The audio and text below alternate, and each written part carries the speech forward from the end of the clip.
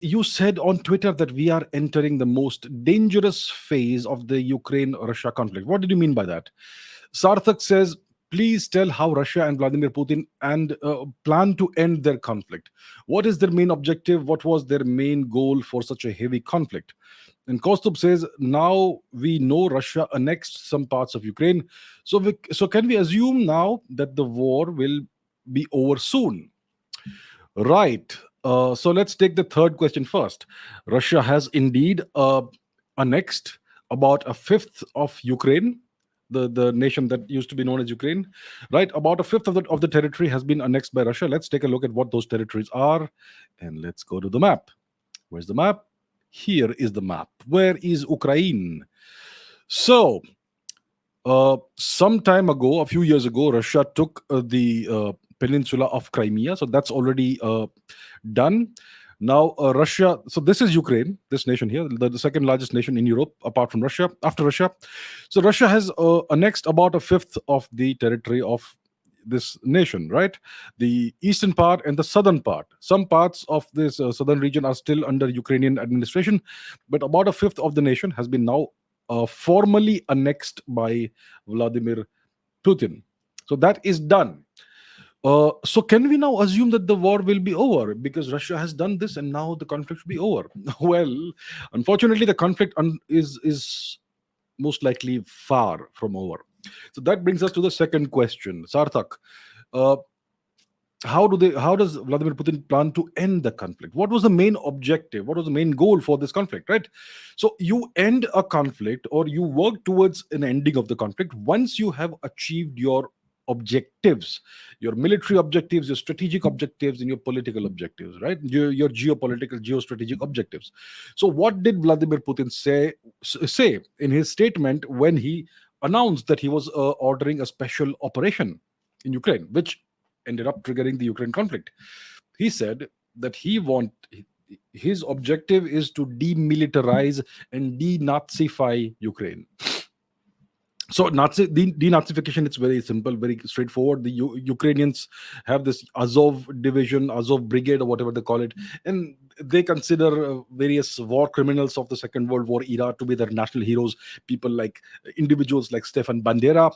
And Nazism, support for Nazism and glorification of Nazism, neo-Nazi sentiment is pretty much widespread among the Ukrainian population, in the military, in the government.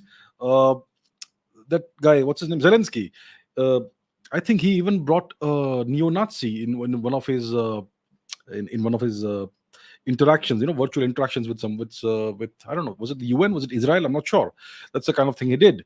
So Putin said that he wants to denazify Ukraine. That's one of the principal objectives. Now, has Ukraine been denazified? Far from it. Ukraine is not denazified. And has Ukraine been demilitarized? Ukraine is not demilitarized. The Ukrainian tank force is more or less gone. Ukraine is now depending on handouts, on charity from the West, from NATO and other European nations who are doing this at the behest of the big puppet master, the US. So aid is flowing into Ukraine, weapons are flowing into Ukraine from the West, yeah. And as long as this continues happening, there is no end to the conflict, and Ukraine is definitely not demilitarized, right? So yeah, so Mr. Putin has not achieved his objectives. Yes, he has certainly secured the Donbas region and whatever other regions of interest were for him, the places where you have a Russian speaking majority, right? So he has reintegrated those regions with Russia, but the larger objectives are not yet achieved. Ukraine is not demilitarized. It's still a major threat to Russia, as long as the West keeps on uh, funneling arms and other kinds of support into the Ukrainian military. And obviously, Ukraine is not denazified yet. So we are nowhere close to the end of the conflict, right? And now obviously there's the energy crisis and food crisis that's going on in the world, and especially in Europe was completely, to a very large extent, dependent on Russian energy, on Russian gas.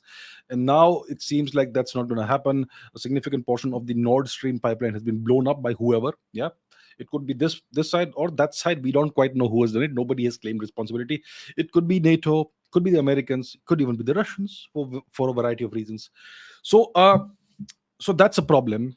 there is still one of the portions of the pipeline that still seems to be functional.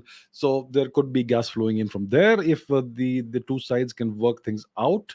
But there's this massive energy crisis. Winter is coming. Like I said, winter is coming. It's going to be a very cold and harsh winter in Europe. The energy prices are surging. They're becoming really expensive. There is energy rationing in various parts of Europe. It's going to be a difficult winter for the civilian population of Europe. So I really feel sorry for them.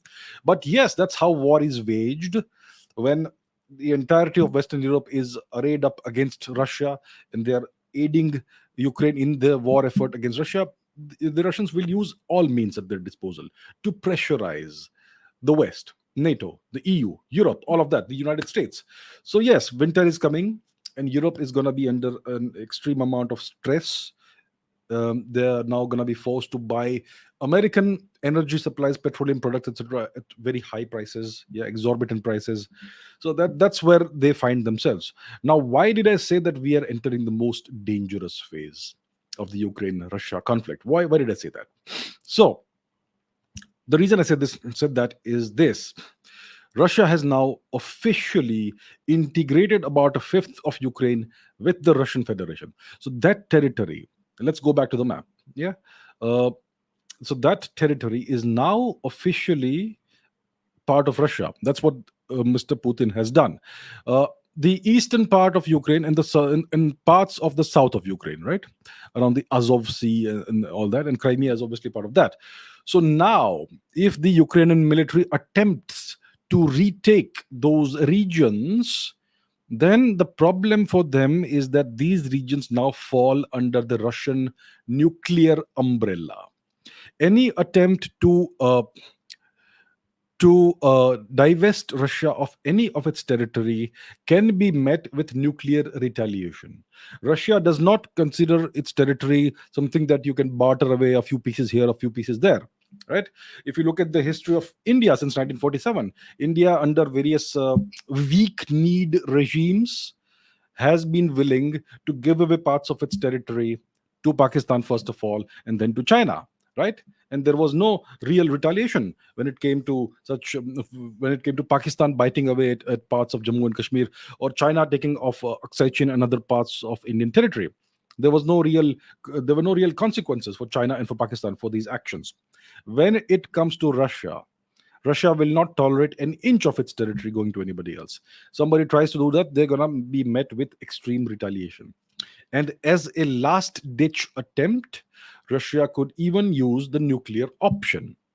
So if the US wants to provoke nuclear war, then they could order the Ukrainian military to try and retake the territories that Russia has annexed, and they could send in arms and ammunition and all that. And if the Ukrainian army is on the verge of succeeding, Russia may be forced as a last ditch to use tactical nuclear weapons, battlefield nukes. So there's a difference between tactical nukes and strategic nukes. Tactical nukes are low yield nuclear weapons in the kiloton range, the Hiroshima bomb or Nagasaki bomb, or maybe even smaller than that in its output. A strategic nuke is in the megatons range, 1 megaton, 10 megatons. The largest ever bomb was a Tsar bomb, the 50 megatons of TNT. So those are strategic nukes. Those are ones the nukes you deploy and you deliver using ballistic missiles, typically ballistic missiles. Tactical nukes are those you use in battlefields. It's never been done, but if the US wants to escalate things and make it appear like the Russians are the bad guys again, then they could force the Russians to use tactical nukes on the battlefield. And they could do that by ordering Ukraine to try and retake Russian territory, Russian annexed territory. And if they supply enough arms, ammunition, all that, the Ukrainians may even perhaps be capable of doing that. Perhaps, uh, probably not, but they could try it. So whoever strikes the first blow is always portrayed as the bad guy. In any relationship, let's say you have a hypothetical couple, okay, and one a man and a woman, let's say, right, that sort of couple, and let's say it's an abusive relationship. One of these two people, either the man or the woman, has been psychologically, emotionally, mentally abusing the other person for a decade, And after a decade, finally the other partner lashes out and uses physical violence. Well, no one's going to look at the fact that the other person has been using psychological, mental, and other violence on the person for 10 years, but the person who strikes the first blow is the villain. Similarly, in Ukraine, we know what happened. The Americans had been expanding eastward slowly, slowly, slowly, step by step. NATO has been doing this. And eventually, they crossed Russia's red lines, and Russia was forced to resort to a military campaign. So they fired the first shot. So now they are the ones who are made to look bad. Similarly, if you want to make them look even worse, you force them to use battlefield nukes. So, yeah, we could be entering this sort of scenario. And that's why I said we are now entering the most dangerous phase of the Russia Ukraine conflict. And, the Western media is now trying to paint a picture of nuclear war, right? I mean, I even read an article somewhere which said that a small local nuclear conflict, nuclear war could even reverse global warming. So they are trying to portray it as something that could have long term beneficial effects. So it looks like they're trying to prepare the world mentally for the possibility of a nuclear conflict. And once you start a nuclear conflict, you don't know where it's going to go. There are lots of actors involved in this. There are American nukes all over Europe. The Turks on Turkish territory, on Dutch territory, most likely in some other nations as well. So that you once you cross that threshold, the nuclear threshold, God knows where you're going to take the world. So that's why I said we are entering the most dangerous phase of the Russia-Ukraine conflict. The Americans, they're going to use Ukraine until they're going to they're going to use Ukraine until the last Ukrainian soldier is standing. And the objective is to weaken Russia, hopefully balkanize Russia, right? Um, they seem to regard right now Russia as the bigger threat than China, and there are reasons why they think so, and they may be right about this right now. So uh, that's why I think we are entering the most dangerous phase of this conflict. Russia has annexed territories. If the Americans force the Ukrainians or order the Ukrainians to try and take that back, we could even see nuclear conflict. We don't want to see that, but hey, who knows what the superpower wants?